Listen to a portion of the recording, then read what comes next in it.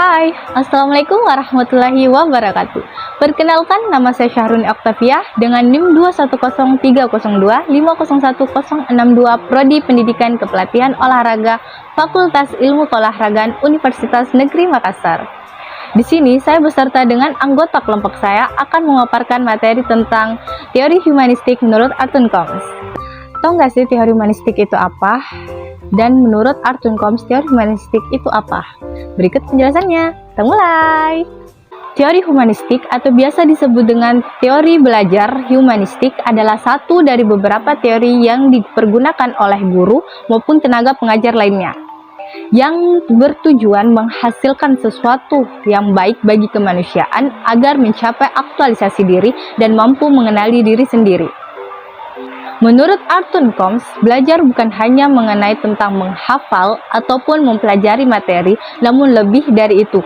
Belajar adalah proses bagaimana kita mencari sesuatu hal dengan bebas melalui jalan apapun, selama proses itu tidak mengganggu diri sendiri atau bersifat positif bagi diri sendiri. Nah, itu adalah pengertian teori humanistik menurut Arthur Combs. Berikutnya saya akan memberikan kesempatan teman kelompok saya akan memaparkan materi yang dia bawakan. Sekian.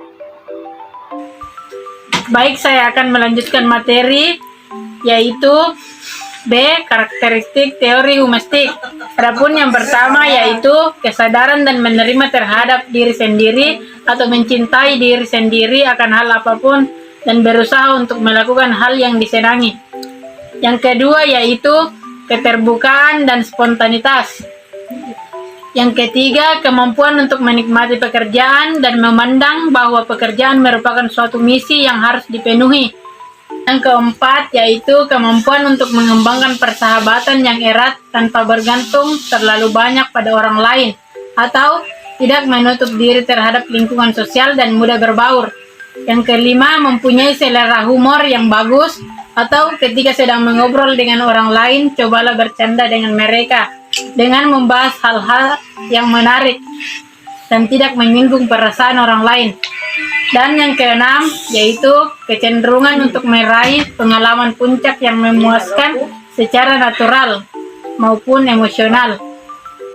Baik, sekian dari saya akan memberikan kepada teman saya untuk melanjutkan materi berikutnya.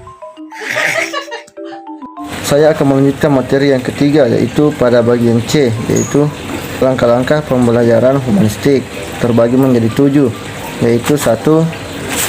Menentukan tujuan pembelajaran atau mencari apa yang dihasilkan dari proses pembelajaran tersebut.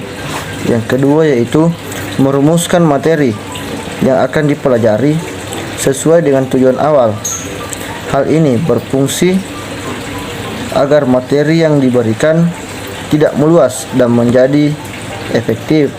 Yang ketiga yaitu melakukan identifikasi sejauh mana kemampuan murid, atau contohnya kita harus mengamati individu agar mampu mengetahui sampai manakah kemampuan analisis, daya serap, dan perilaku dari murid tersebut. Kemudian yang keempat yaitu memilah-milah dan melakukan analisis terhadap topik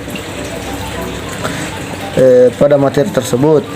Kemudian yang kelima, mempersiapkan kerangka fasilitas belajar yang dirancang dengan efektif. Yang keenam yaitu membimbing murid untuk selalu aktif dalam proses pembelajaran. Dan yang ketujuh yaitu melakukan evaluasi berkala sesuai dengan proses pembelajaran tersebut. Sekian.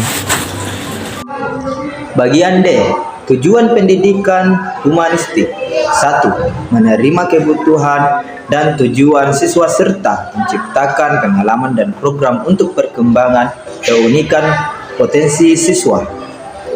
2. Memudahkan aktualisasi dari siswa. 3. Memperkuat perolehan keterampilan dasar. 5. Mengenal pentingnya perasaan manusia, nilai dan persepsi dalam proses pendidikan. 6. Mengembangkan suasana belajar yang menantang dan bisa dimengerti, mendukung menyenangkan, serta bebas dari ancaman. 7. Mengembangkan siswa dalam hal masalah, ketulusan, respek, menghargai orang lain, dan terampil dan menyelesaikan konflik. Bagian E, implementasi terhadap pembelajaran. Yang pertama, memberi perhatian dan motivasi. Yang kedua, membantu dan memperoleh dan memperjelas tujuan perorangan dalam kelas. Yang ketiga, memahami karakteristik siswa. Yang keempat, mengatur dan menyediakan sumber-sumber untuk belajar. Yang kelima, dapat menyesuaikan dan bersama siswa. Yang keenam, dapat memahami diri dan tentunya agar dapat memahami siswanya. Dan yang ketujuh, mengutamakan proses daripada hasil. F. Penerapan teori humanistik. 1. Merumuskan tujuan belajar yang jelas. 2. Mengusahakan partisipasi aktif siswa melalui kontrak belajar yang bersifat positif. 3. Mendorong siswa untuk mengembangkan kesanggupan siswa untuk belajar inisiatif sendiri. 4. Mendorong siswa untuk berpikir kerja keras. Baik, Assalamualaikum warahmatullahi wabarakatuh. Saya atas nama Sabriansyah ingin menyampaikan atau membawakan materi, yaitu materi G, kelebihan teori humanistik. Ada 8. Yang pertama itu bersifat dalam membentuk kepribadian. Yang dimaksud ini merupakan adalah kualitas siswa yang unik dan mempunyai potensi untuk mengembangkan dirinya. Untuk dapat mengembangkan potensi ini harus dibutuhkan bimbingan belajar, bahwa setiap siswa itu memiliki pemikiran yang berbeda-beda dan sifat yang beragam. Yang kedua itu guru menerima siswa apa adanya tanpa membeda-bedakan siswa dan memahami jalan pemikiran siswa tersebut. Yang ketiga, siswa mempunyai pengalaman yang berarti. Yang keempat, menjadikan siswa lebih kreatif dan mandiri. Yang kelima, membuat siswa merasa nyaman dan bergairah saat berada di dalam pembelajaran. Yang keenam, terjadinya perubahan pola pikir pada siswa tersebut. Yang ketujuh, siswa diharapkan